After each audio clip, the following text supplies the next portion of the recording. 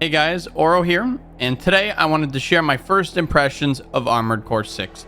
I was fortunate enough to be invited out by From Software and Bandai Namco to Anaheim, California, to a private event where I got to play the full game for 5 hours and get an exclusive interview with the director and producer of the game.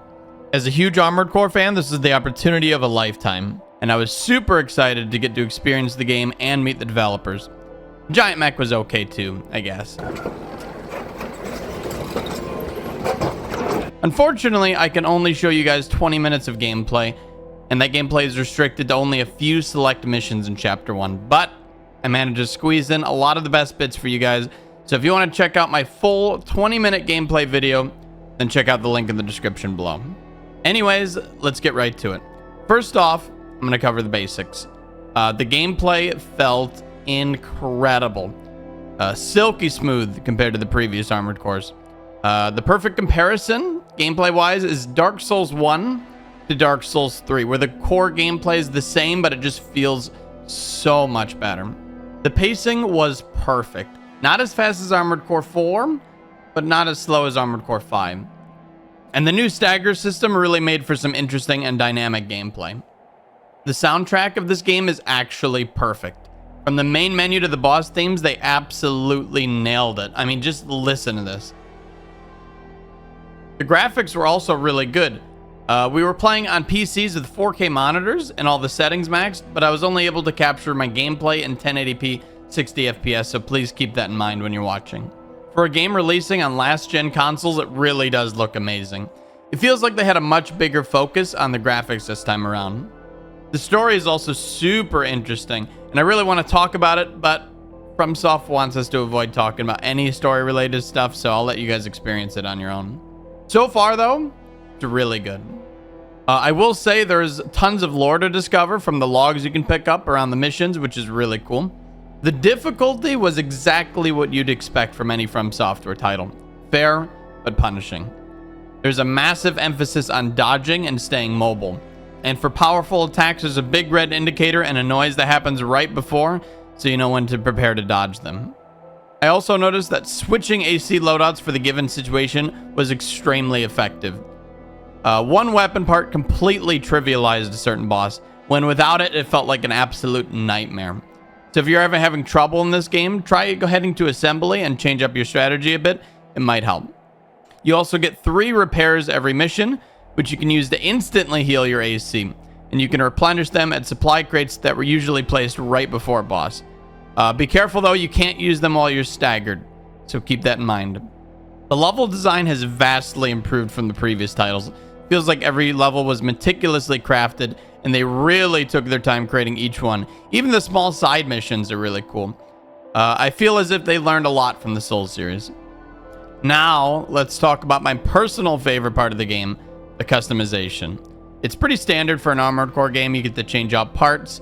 Each part has different stats, allowing you to create the perfect mech that suits you and your playstyle. The more you progress through the campaign, the more parts will become available for purchase. The legs are the most important part of your AC, and they drastically change your gameplay. For example, quads can hover, reverse joint legs let you jump higher, treads let you drift, etc., etc. There's also customization through unlocks that you earn by defeating opponents in the arena, and yes, the arena is back. This is also called OS tuning.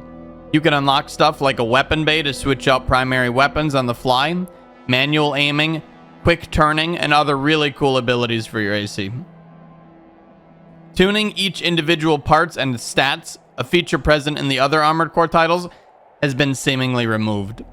I really loved tuning my mech to be super efficient, so this is a bit of a bummer for me, but I understand that they wanted to make this game much more accessible for newcomers, and that part of the game was a little overwhelming. You can also customize each part's color, material, pattern, weathering, and even throw decals on them. And speaking of decals, the level of freedom they give you in the image editor is next level.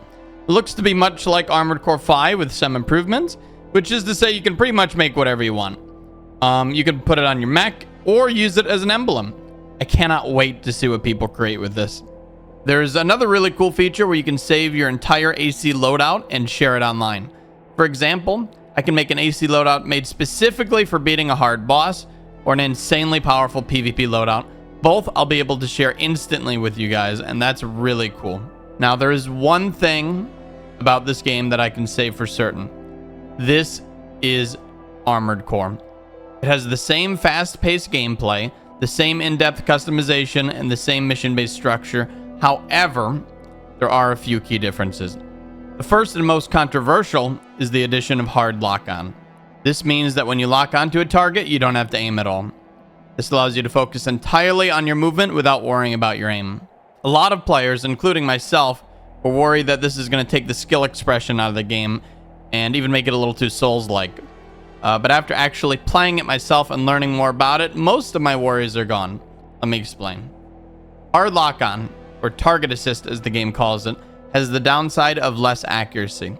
This means that players who manually aim will land more of their shots more often. Another downside to target assist is that your lock-on can break if the target moves too quickly around your AC. There's also a manual aiming unlock through OS tuning, as previously mentioned. I'm still worried about how effective hard locking will be in PvP, when you can just lock on other players and blast them with 4 different weapons at once, but we'll see. Now, the second biggest change is the addition of the stagger gauge.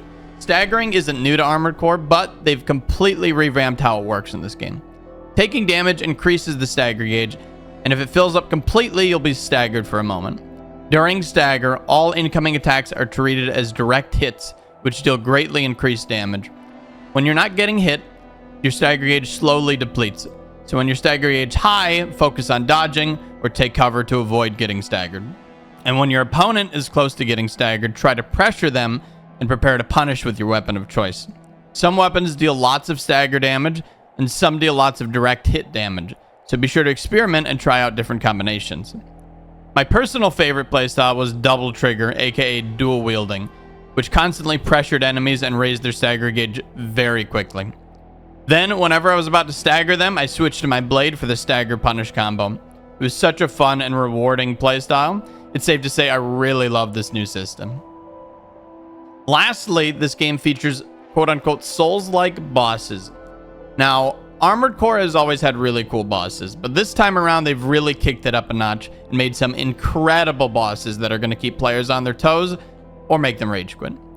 One boss shoots a massive homing laser, another uses a massive shield to block all your attacks from the front, and another shoots a barrage of missiles at you.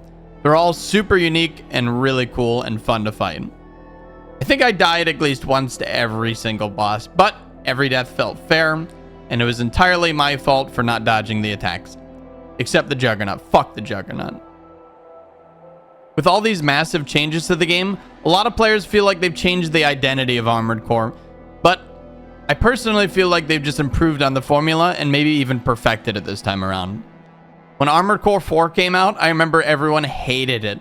They said that the new director, Miyazaki, yes, the Miyazaki, ruined Armored Core, just because it was a little different. Eventually, of course, people grew to love Armored Core 4, and it's widely regarded as one of the best games in the series, and I think this game might be similar in that way. Anyways, we're going to continue on to my interview with the developers. So right before I went in with my interview, I met the person who was going to go in with me and ask questions, which just so happened to be Iron Pineapple. I couldn't believe it. It was such a weird coincidence to meet one of my online friends like that. But he is a super nice, chill dude, and getting to meet him was a massive highlight of my trip. Anyways, we both went in with a translator and asked the Armored Core 6 director and producer some questions. Pine had some really good questions for them, and I asked them all PvP questions because of course I did. But I'm going to go over Pineapple's questions first. Pine asked them about multiple playthroughs and replayability.